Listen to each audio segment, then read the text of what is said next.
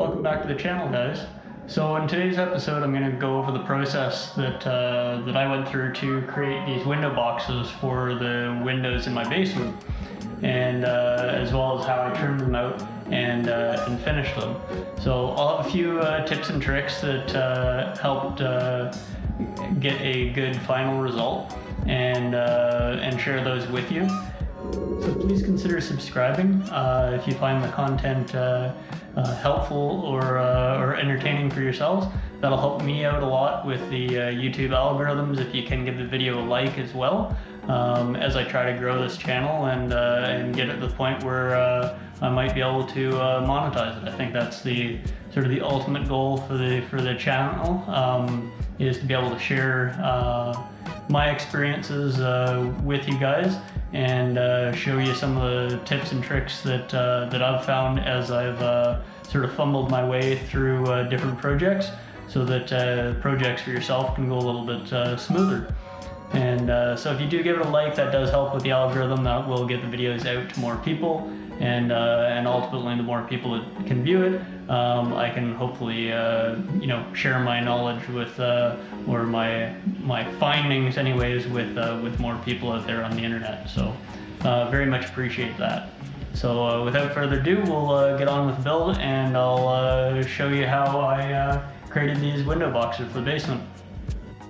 Building the window boxes for the basement here took maybe a little bit different approach than some would, but made these boxes in the back shop, and so I was able to make nice joints. Used a domino to connect them, and they're all glued, and so that way this seam here I'm not worried about separating over time.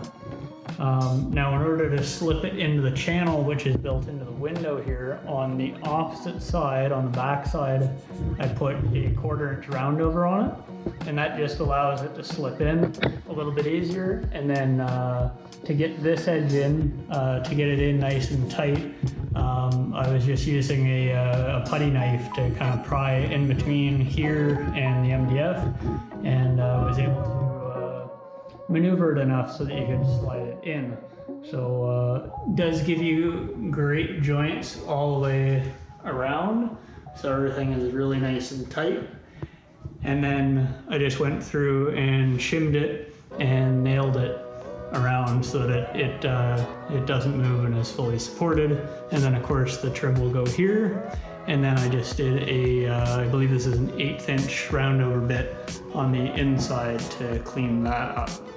So one of the tricky things I found was just to get the dimensions correct from sort of the window out to the drywall, and that varied quite a bit kind of around, just depending on how the framing was, how the window is mounted in the foundation, and that sort of thing. So I've got a trick for that I'll show you right now.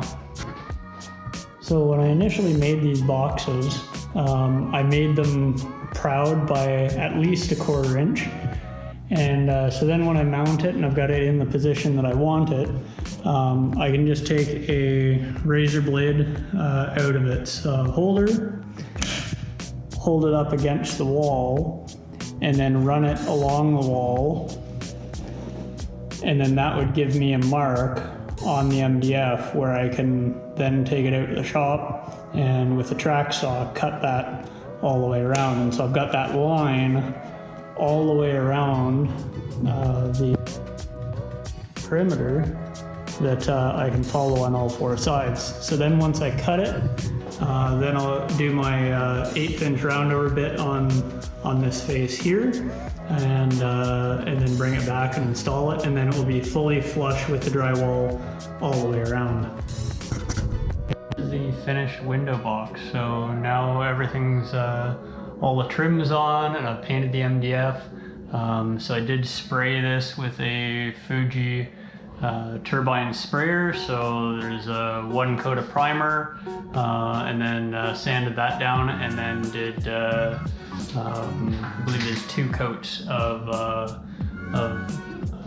finished paint on here. And I did throw just a light bead of silicone, or not silicone, but caulking along the joint there, just to clean that up. One thing that I didn't do that I may have done in retrospect was right here where you've got the joint from the window meeting up to the MDF. I might have caulked that.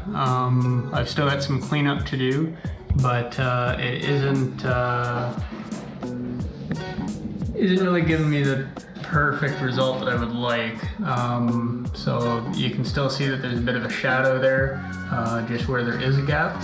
And so I think if I siliconed that again caulked that and then painted sort of over onto the trim a little bit, then that might have given a better finish there. But pretty minor overall.